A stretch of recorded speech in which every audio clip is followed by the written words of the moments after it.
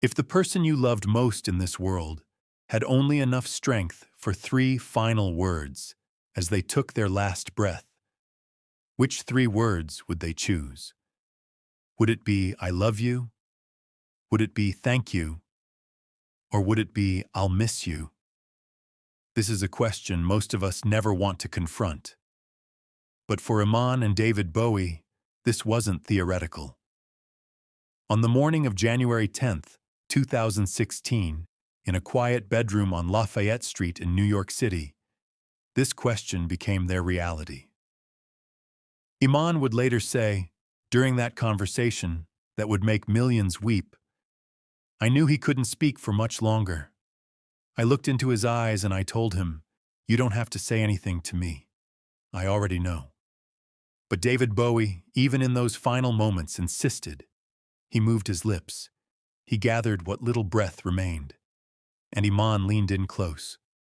3 words. Just 3 words. And when she heard them, she cried. But her tears weren't born from pain alone. They came from completeness. From the recognition that those 3 words were the perfect summation of 24 years of a love so profound, it had transformed him entirely. When Oprah Winfrey asked her about those words in 2020, 4 years after David's death, Iman whispered them to the studio audience. And something broke open. 200 people began to cry. Oprah reached for tissues. The cameras captured something raw and unrehearsed. Because those words weren't just for Iman. David had known that. He'd understood that what he'd learned was a lesson meant to be shared. But what were those words? And what kind of love could change a man so completely that his final breath carried a message not just for his wife, but for all of us? Before we continue this story, if you're moved by tales of profound love and the hidden truths behind music's greatest legends, subscribe to this channel. Because what you're about to hear will change how you understand David Bowie forever. The story begins in 1990 in Los Angeles, at a dinner party David Bowie almost didn't attend. By then, he'd survived Ziggy Stardust's dissolution, the cocaine paranoia of the mid-70s, the Nazi salute scandal, and a first marriage that had imploded spectacularly. His marriage to Angie Bowie had been a beautiful disaster. When they divorced in 1980 after a decade of chaos, Bowie made himself a promise. He told close friends he was done with marriage, done with letting anyone that close, done with removing the masks. For 10 years, he kept that promise. But October 1990 changed everything. A hairstylist named Teddy Antolin was hosting a gathering, and he'd been pestering Bowie for weeks. "There's someone I want you to meet," Teddy said. Bowie almost declined. But something made him say yes. He would later describe it as an inexplicable pull. "I didn't want to go," he told an interviewer in 2003. "I was tired, but something made me get in the car." When he walked into Teddy's house that evening, the first person he saw was Iman. She was standing by the window, and the Los Angeles sunset was pouring golden light across her face. Bowie stopped walking. Just stopped, right there in the doorway. His friend Carlos Alomar, who'd accompanied him, would later say, "David froze. I've known him 20 years, and I'd never seen that expression on his face." Iman Mohammed Abdul-Majid was not easily impressed by fame. Born in Somalia, she'd been discovered in Nairobi by photographer Peter Beard in 1975 and had quickly become one of the world's most sought-after models. She'd worked with Yves Saint Laurent, Versace, Calvin Klein. She'd been on the cover of Vogue countless times. She'd been married before, to basketball player Spencer Haywood, and that marriage had ended in divorce. By 1990, she was deeply skeptical of celebrity relationships. So when Teddy introduced her to David Bowie, She was polite but guarded. But David wasn't performing. That's what struck her. He wasn't being Bowie the legend. He was nervous. Actually nervous. His hands were shaking slightly when he offered to get her a drink. They talked for 3 hours that night, standing by that window as the sun set and the Los Angeles lights began to glitter. They talked about Somalia and Brixton, about displacement and belonging, about what it meant to be turned into an image by other people's expectations. Iman would later say, "He asked me about my childhood. Not about modeling, not about fashion. He wanted to know about the girl who'd climbed acacia trees in Mogadishu." And David, for perhaps the first time in decades, talked about David Jones. Not Ziggy, not the thin white duke. Just David, the boy from Brixton whose half-brother had died in a psychiatric hospital, whose father had died thinking his son was a failure, who'd spent 40 years running from himself through invented identities. When he left that night, David asked for her phone number. She said no. She told him years later, "I knew if I gave him my number right then, it would become a Hollywood thing. I didn't want that." David was serious. He called Teddy the next morning before sunrise. He got Iman's number and called her immediately. She didn't answer. For 3 days, David Bowie left messages on her answering machine. On the 3rd day, his voice was shaking when he said, "Iman, I don't know what's happening, but I can't stop thinking about you. Please just have coffee with me." She called him back. They had coffee, which turned into lunch, which turned into a walk along Venice Beach that lasted until the stars came out. Within a week, David knew. He told his assistant, Coco Schwab, "I'm going to marry her." Within 6 months, David had relocated to New York to be closer to Iman. He started turning down tours, turning down projects that would take him away for long periods. His record label was concerned. David Bowie had always been obsessively dedicated to his work. But something fundamental had shifted. They married on April 24th, 1992, in a private ceremony in Florence, Italy. 50 people attended, mostly family and close friends. There were no press releases, no magazine exclusives. David wore a simple suit. Iman wore an elegant cream dress. David's vows, according to one guest, included a promise that stunned everyone. "I promise," he said, looking directly into Iman's eyes, "to never hide from you, to never create a character between us, to be, for the first time in my life, just David." And he kept that promise. The marriage that followed was so private, so deliberately shielded from public view, that it became almost mythical in its quietness. They bought a house in upstate New York, away from the glare of Manhattan. David learned to cook. He took up painting seriously. He walked their daughter Alexandria to school. He became, in Iman's words, gloriously ordinary. But there were shadows. In 2004, during a concert in Norway, David collapsed on stage. A blocked artery, emergency surgery. For 3 days, Iman sat by his hospital bed, terrified. When David woke up, the first thing he saw was Iman's face, exhausted and tear-streaked. "I'm sorry," he whispered. "I haven't had enough time with you yet." Iman took his hand. "Then we'll make more time," she said, and they did. David cut back on touring even further. He spent more time at home, painting in his studio, playing piano in the evening while Iman read in the next room. But in 2014, time began to run out. It started with symptoms David dismissed: fatigue, a persistent cough, some difficulty breathing. But Iman noticed. "You need to see a doctor," she told him one morning in the spring. David resisted. He'd always been uncomfortable with doctors. But Iman insisted. David, please, for me. So he went. 3 days after that appointment, David came home and walked straight to their bedroom without speaking. Iman followed. She found him sitting on the edge of the bed, staring at his hands. "David?" she said softly. He looked up, and she saw something in his eyes she'd never seen before. Resignation. "It's cancer," he said. The words hung in the air. Iman sat down next to him and took his hands. "Okay," she said, her voice steady despite the earthquake inside her chest. "We'll fight this." David shook his head slowly.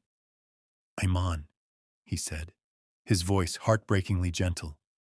"They said 18 months, maybe less." The cancer was aggressive. Liver cancer, already metastasized. The doctors laid out options, but their prognosis was clear. This was palliative, not curative. That night, Iman and David talked until dawn. They made a decision together. David would do limited treatment to slow the cancer's progression, but he wouldn't let the illness define his final chapter. "I'm not going to spend my last year in a hospital," he told Iman. "I want to live. I want to create. I want to be with you and Alexandria and Duncan. I want to make one more album." And so began the most extraordinary 18 months of David Bowie's life. He told almost no one about the diagnosis. Only Iman, their children, and his longtime producer, Tony Visconti, knew. David wanted to control the narrative of his ending. He didn't want pity. He didn't want the media circus. He wanted to create.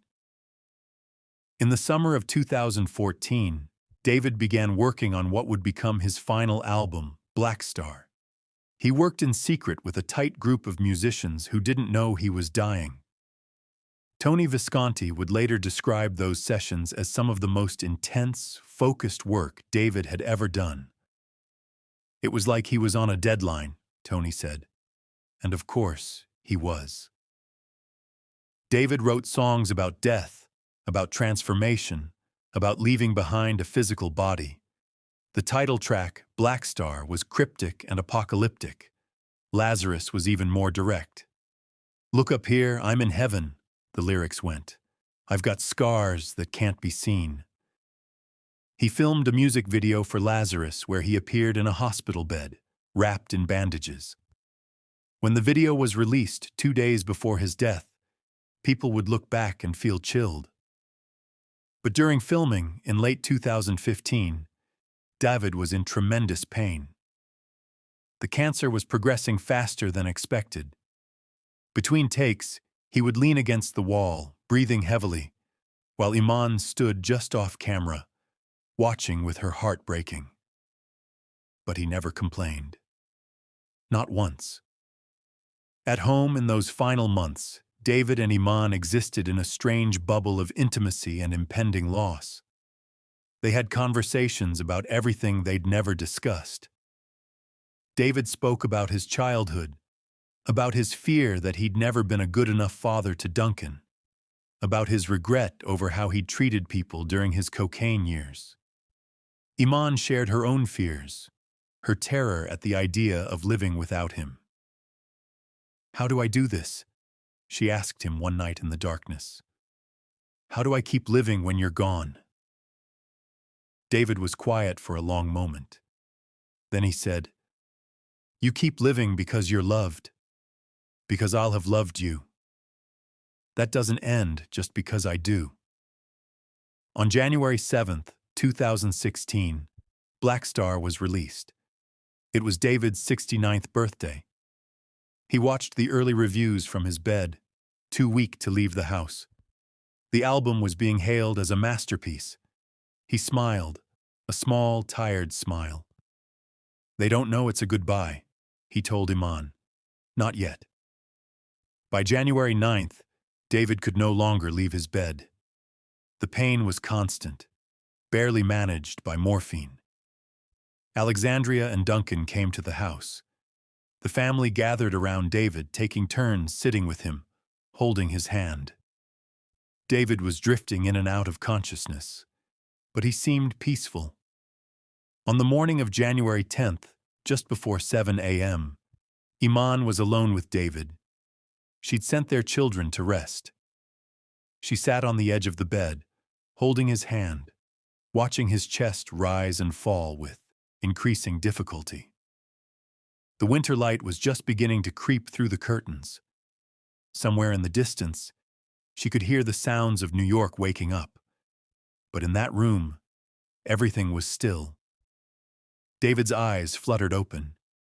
He looked at Iman, and she saw recognition there. "David," she whispered, leaning close. "You don't have to say anything. I already know everything." But he shook his head slightly. His lips moved. She put her ear close to his mouth, and he whispered 3 words. "You are love," he whispered. His voice was barely audible. "You are love." Iman pulled back, tears streaming down her face. She looked into his eyes and whispered back, "You are loved. David, you are so loved." He smiled. It was a small smile, but it was real. It was David Jones smiling, not Bowie the performer. Just David, grateful and complete. And then he closed his eyes, and his breathing slowed, and within 2 minutes, he was gone. Iman sat with him for an hour after he died. She held his hand and talked to him, told him about their life together, reminded him of that morning in 1990 when they'd walked along Venice Beach, and he'd told her he'd never been this happy. She thanked him for choosing her, for letting her see him, for trusting her with David Jones when the rest of the world only knew Bowie. When she finally stood up to tell their children, she carried those 3 words like a talisman. You are love. Not I love you, which would have been expected, but you are love. A statement of identity, a recognition of essence. David's final gift to her was the truth he'd learned in their 24 years together. That Iman hadn't just been loved by him, she had been the embodiment of love itself. She had taught him what love meant. For 4 years, Iman kept those words private. She didn't do interviews. She barely used social media. She retreated into her grief and her memories. But in 2020, she agreed to sit down with Oprah. When Oprah asked the question, when she said, "Iman, what were David's last words to you?" Iman closed her eyes. The studio was silent. 200 people held their breath. And then Iman opened her eyes and spoke. He said, "You are love." Her voice broke slightly. He didn't say, "I love you." He said, "You are love." And I understood what he meant. He'd spent his whole life creating characters, hiding behind personas, convinced that the real him wasn't enough. Ziggy, the thin white duke, all of them were armor. But with me, he learned that he didn't need armor.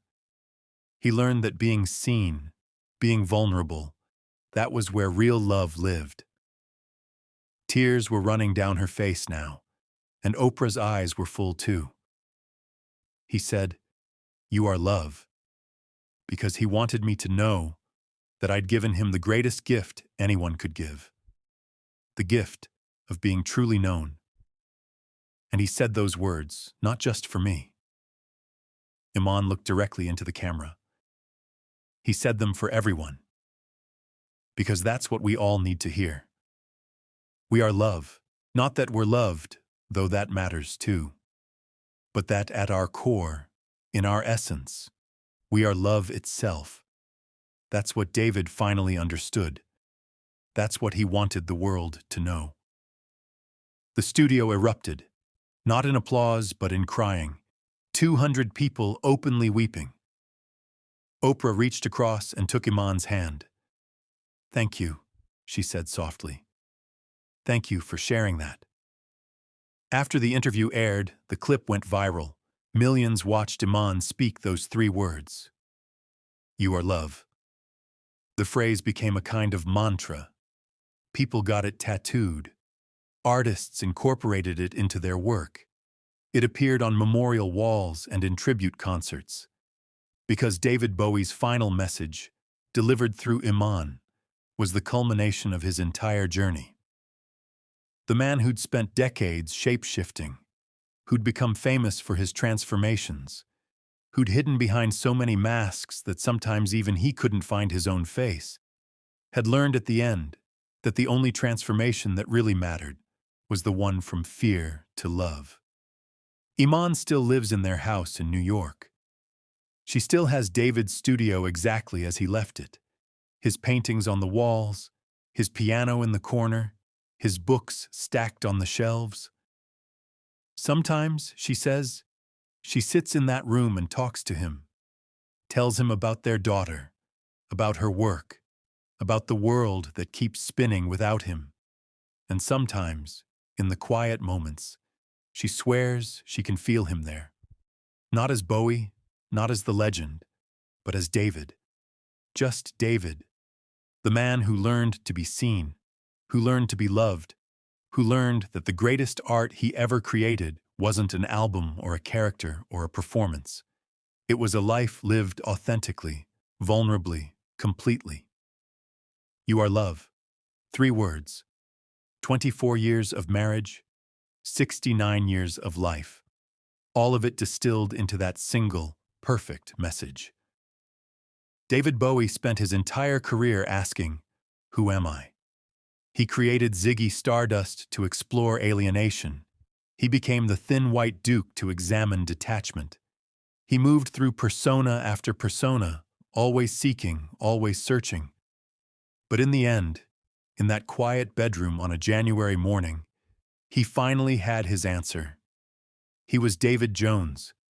He was a husband, a father, a man who'd been seen and loved and changed by that love. And his final act was to pass that lesson on, to whisper to Iman, and through her to all of us, the truth that had taken him a lifetime to learn. We are not our achievements. We're not our personas or our public faces. We are, at our essence, love. The capacity to give it, the courage to receive it, the transformation that happens when we let ourselves be truly known. That was David Bowie's final message. That was his last gift. And perhaps it was the most revolutionary thing he ever said.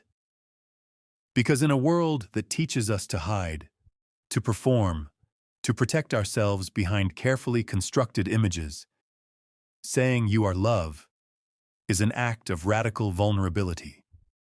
It's a recognition that being seen is worth the risk.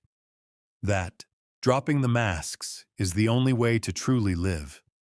The story of David Bowie and Iman isn't just a love story. It's a story about what it means to be seen, about what it costs to hide and what it gives us to reveal ourselves. It's about a man who spent his whole life running from David Jones, creating one brilliant escape after another, until he met someone who looked past all the escapes and said, "I see you, the real you, and you're enough." That kind of recognition changes people. It transformed David from a man terrified of his own authenticity into someone who could whisper, "You are love," with his dying breath. If there's a lesson in those 3 words, it's this. We spend so much of our lives performing, becoming what we think we need to be for others, building personas to protect our vulnerability. Sometimes those personas serve us. Sometimes they help us survive. But ultimately, the only way to truly live is to risk being seen. To find someone who looks at us without the masks and doesn't turn away. That's what Iman gave David. That's what he tried to give back. And that's what those 3 final words really mean. You are love. You, in your authentic self, in your vulnerability and your humanity, you are love.